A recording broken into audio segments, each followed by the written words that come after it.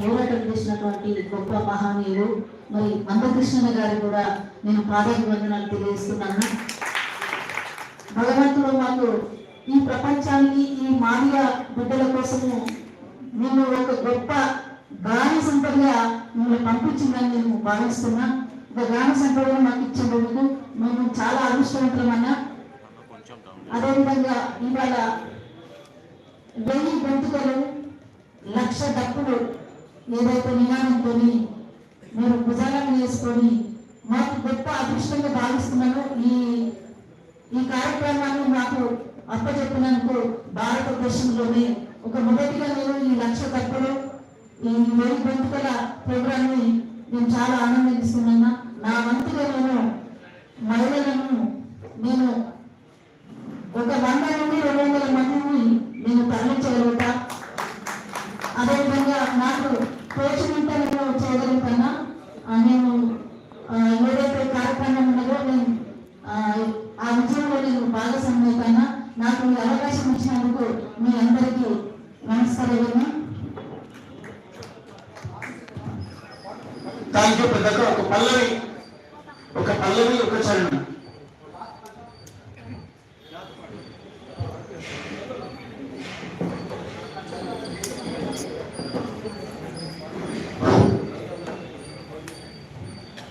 మా మాదిగన్నలు రచయితలు చాలా మంది ఉన్నారు.